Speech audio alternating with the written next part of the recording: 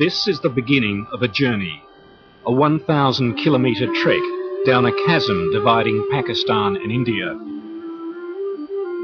Two countries now staring into the nuclear abyss.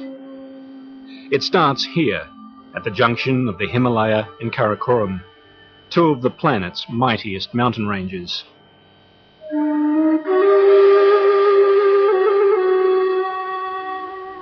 We pass K2, the world's second highest peak, on our way to a battlefield like no other on Earth. Our Pakistan Army helicopter stays well below the ridgeline. Any higher and will be exposed to fire from Indian heat-seeking missiles.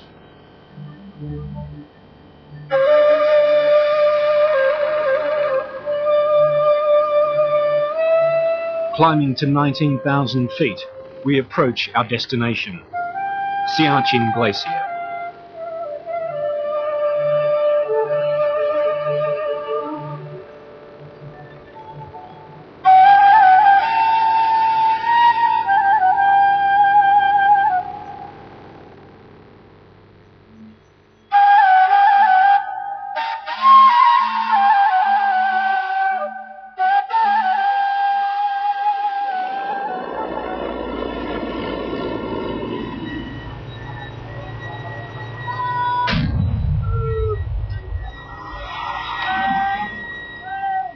This is Pakistan's front line, the enemy, India, barely 2,000 metres away.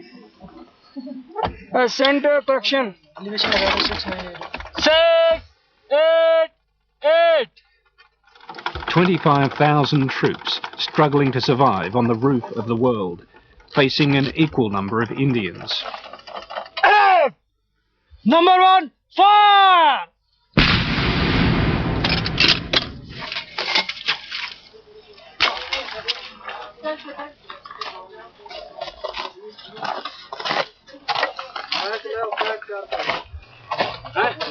It's a world deprived of oxygen, where the simplest movements require huge effort. It's also a graveyard that's claimed 3,000 lives.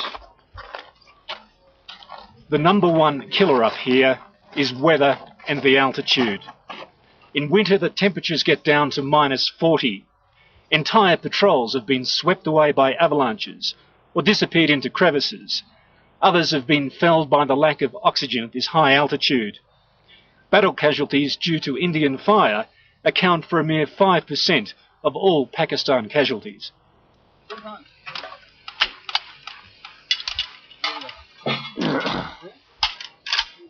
These men are on the northern end of the front line dividing the disputed state of Kashmir. While a ceasefire line was mapped out in the lower country, no one bothered to negotiate a clear boundary up here. Both sides reasoned the area was uninhabitable, and who, they asked, would want to visit the place. But in the early 80s, Indian Army mountaineering expeditions arrived, followed by armed patrols from both sides.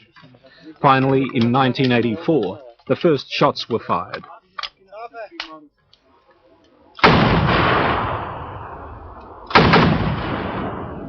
The Indians hold the high ground, but pay dearly for their advantage. Every day, 2 of their soldiers are killed or incapacitated by the cold and higher altitude. Pakistani gunners make life even more miserable for any Indian observers hidden on the ridgeline.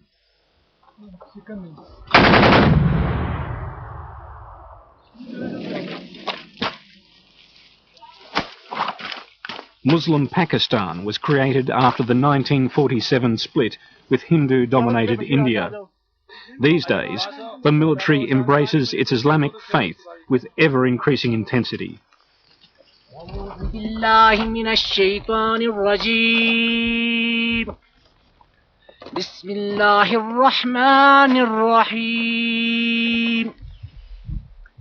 القارية ما القارية وما أدراك ما القارية وما أدراك ما هي نار حامية صدق الله مولانا العظيم.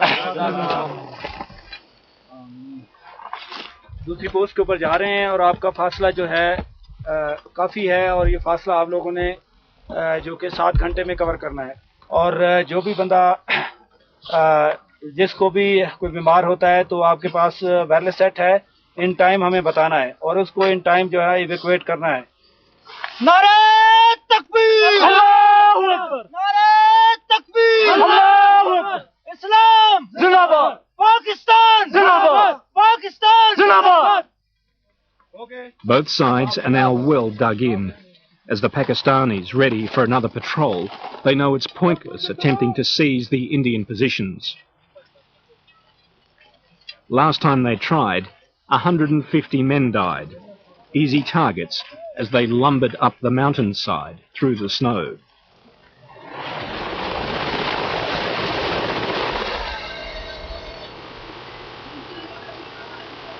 The brief summer is known as the campaigning season, when both sides do most of the fighting and moving of vital supplies.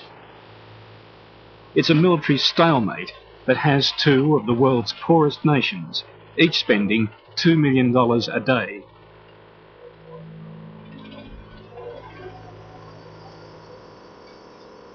By the time each piece of humble roti or bread reaches the mouths of the hungry soldiers, it has cost $20. Oh, very tasty.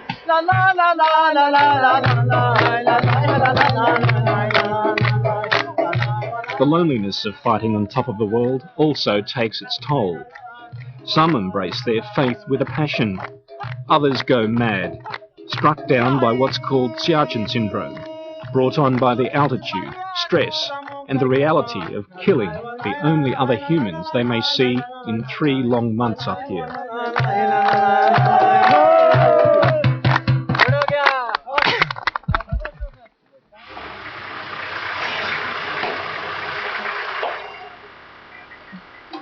"12,000 feet below the front line, we have an appointment with one of Pakistan's Siachen commanders. We are Muslims, we believe in jihad, and we believe in our cause. And the cause is that ours is a principal stand.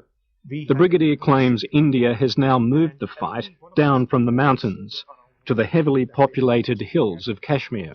I would say that the enemy wants to entice us. That is why he has taken, this battle out of the Siachen area and wants to extend it southwards, not only, towards southwards in the Siachen sector, but also towards Indian-held Kashmir. Indians have also a habit to use the human beings as a shields. They force the population on the other side to be used as porters, to be used, on the jobs which are to be done on the front line for the soldiers, so that if we reciprocate, on the fire, then they are the casualties and they could later be, used, for their mischievous design.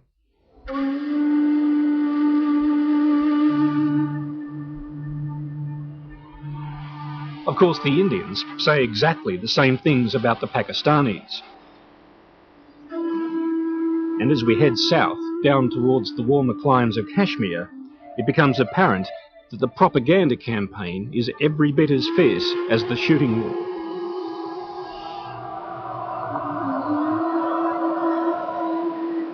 We're granted permission to visit the town of Athamuqam, just a few hundred metres over the Pakistan side of the so-called line of control.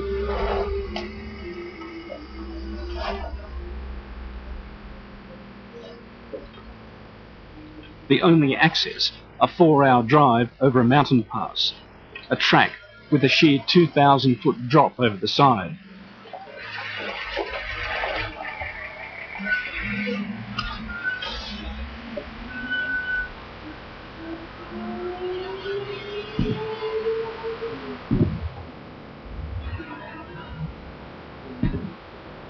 As we near Athamuqam, the ominous rumblings of Indian artillery pounding the town. Stray shells from the Indian guns trigger fires on the pine-clad slopes. We're ordered back behind a hill for our own safety, yet still in full view of Indian troops hidden on the next ridge. There is a small town which is named as Athamuqam. and presently they are firing upon the civilians and civil houses, colleges. There is a degree college. They have destroyed that. And have you heard the noise of that? Yes. What was it? What was that? That was an artillery shell. 105 Indian field gun. As the Pakistanis sit in their trenches, more than 300 rounds of artillery and mortar fire fall on the town. An experience made all the more disconcerting by reports that last May, India tested a nuclear artillery shell. It's not something that bears thinking about, that anyone really wants to think about, is it? A nuclear war. Yes, we should not consider it a nuclear war. But if they open up with nuclear weapons, we have equipment to face it. We have mosques, we have bunkers, and our troops are well dug in. Hello. As the firing dies down, the local commander emerges from a bunker, offering to show us around town.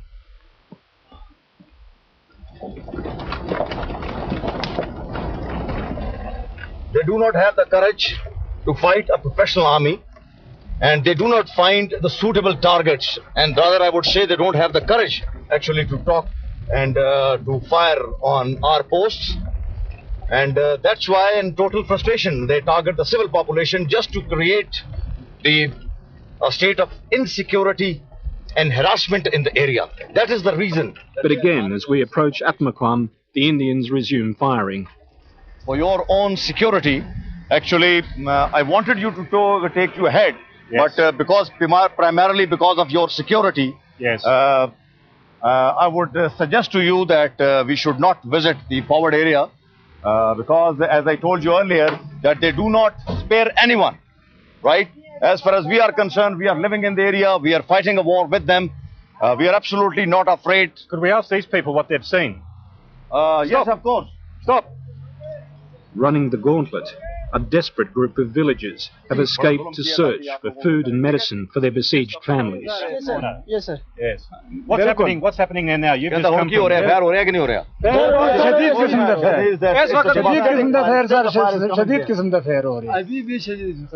हम लोग sir बड़ी मुश्किल से जान बचाकर यहाँ पे पहुंचे हैं। हमारी जिंदगी हमने ये नहीं समझा, हम जब घर से निकले हमें ये नहीं पता कि हम whether we are take our place or not, कि हम अपनी जगह पर पहुंच जाएंगे या नहीं पहुंच सकेंगे, तो ये हमें पता नहीं चल सकेगा।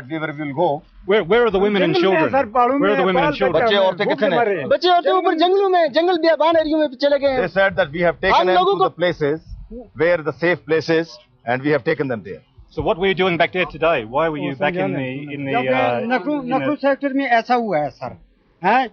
एक औरत एक दरख्त के नीचे एक हफ्ता उसको खाना नहीं मिला है। He says that the children, the ladies, they are finding refuge behind the, just underneath the trees, and they have not got their meats from the last 6 to 7 days because of this firing. Yes, and how many people have died? He says that something like 60 people have died in the recent these firing. The meeting is cut short by an urgent message. Indian fire is moving towards our location. As we depart, the first rounds come hurtling overhead.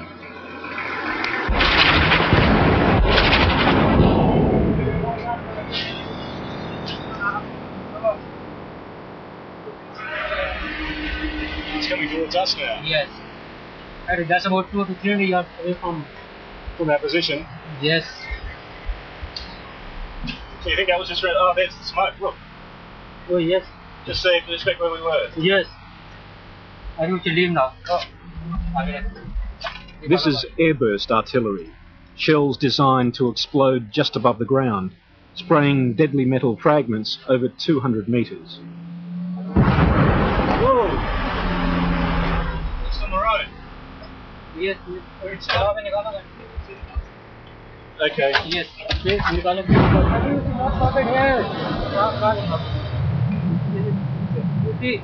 call him now. Please get inside. Please get inside. Let's leave this area now.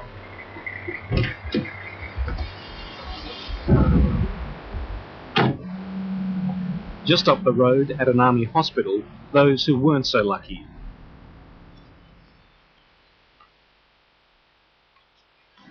Basically, this is an agricultural area, and either they are busy in their bazaars, doing their normal businesses, or they are cultivating something in the fields. They're not soldiers. Basically, civilians who are just caught in the enemy fire. For the villagers, there's always been an element of danger to living on the line of control. Before 1990, there was the odd rifle shot. After Muslim Kashmiri separatists started their campaign against India, the occasional artillery shell. But since the nuclear tests in May, life has become a living hell, with tens of thousands of shells fired by both sides.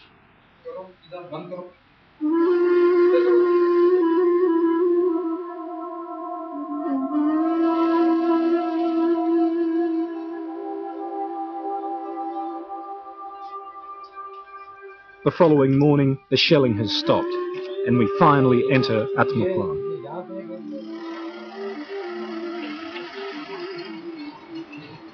This once thriving community of 4,000 people is all but deserted.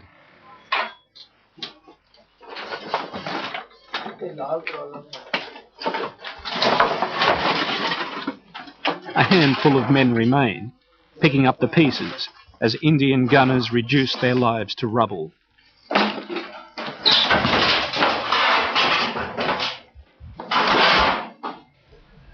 What's happened here? A key target yesterday, the officers of a local political group, flying flags of support for the Kashmiri militants just over the border. India claims the guerrillas are armed and trained by Pakistan. Yes. They are firing at this place, right. And this is the one incident which hit directly. Would they see that as justification for shelling this town, because these people would support the guerrillas in Indian Kashmir? No, how is it possible that they are squatting here while sitting from this place? You see, they are sitting just in front of them.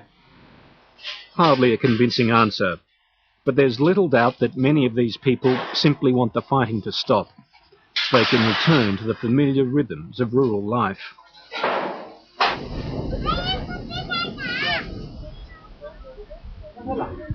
Safely out of range of the guns, refugee camps are taking on an air of permanence. Few see any chance of returning to the stunning beauty of their home valleys.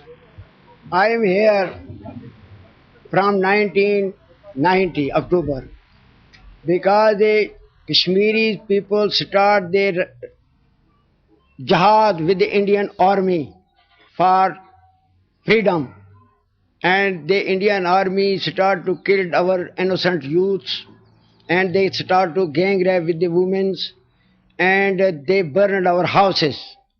Camp leader Raja Ishaq Khan has met dozens of diplomats, aid workers and journalists. He's pessimistic about the future, and like so many here, scarred by the past. He recounts his own personal nightmare, having to smother a 3-year-old child as he fled Indian Kashmir. We crossed 12,000 highest mountain in 5 days. We was 1,400 people. We killed a 3-year-old baby in the way because we are crossing. The Indian army was the nearest hour in the way, and babies start to weep, and we forced their boat only for 3 minutes. And when we started 200 yards behind the army, we see he was died. And I told to his mother, because we have sent your son back to his grandmother, so she don't know. It's a harrowing tale of sacrifice and survival, but one that's impossible to verify. Raja says the mother of the dead boy now lives in the camp and takes us to meet her, warning that she's still unaware of her son's fate. Bewildered by all the sudden attention, there's very little to say. उस पार वाले जगह तो कोई खत चिट्ठी शिट्ठी आंदी है 5 बच्चे इधर ही थे एक बच्चा ना उधर रह गया था अच्छा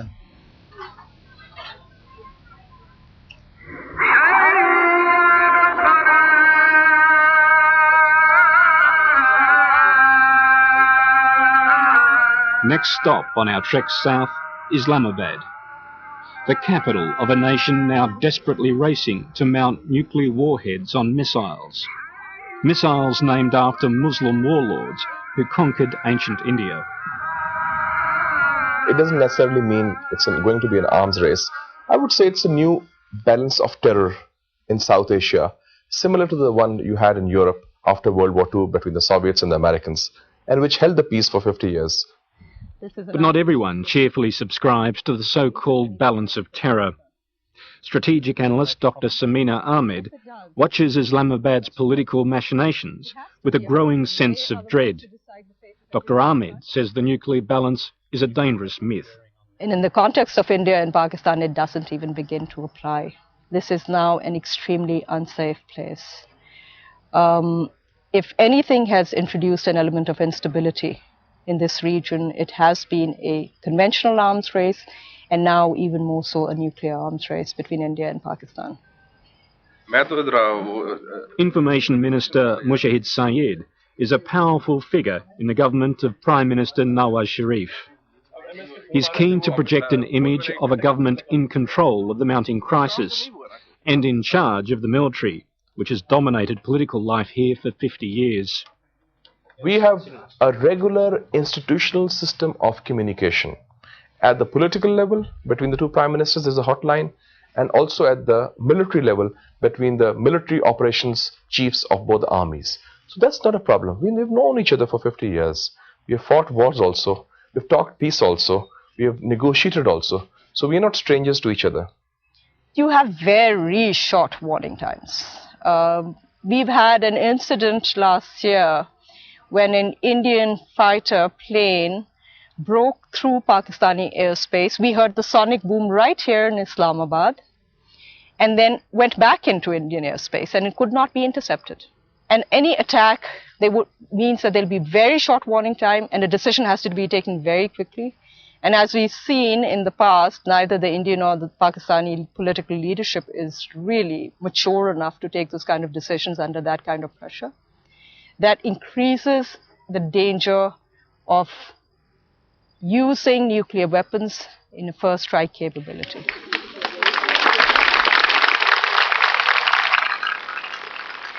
And so to our final destination, the only Pakistan-India border crossing still open, at Wagah in the Punjab.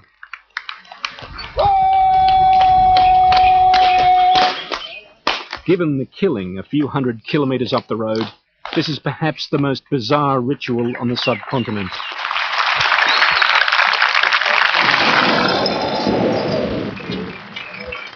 Every day at sunset, the opposing armies engage in a kind of parade ground test match, complete with spectators.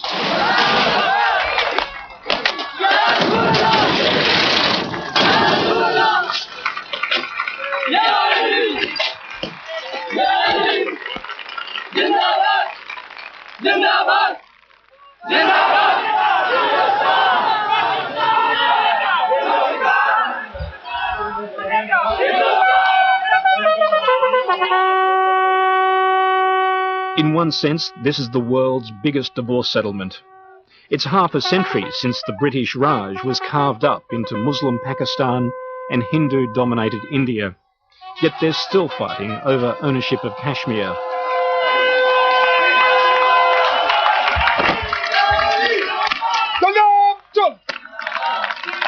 And like a divorced couple, when the formalities are over, there may be a tingling sense of nostalgia.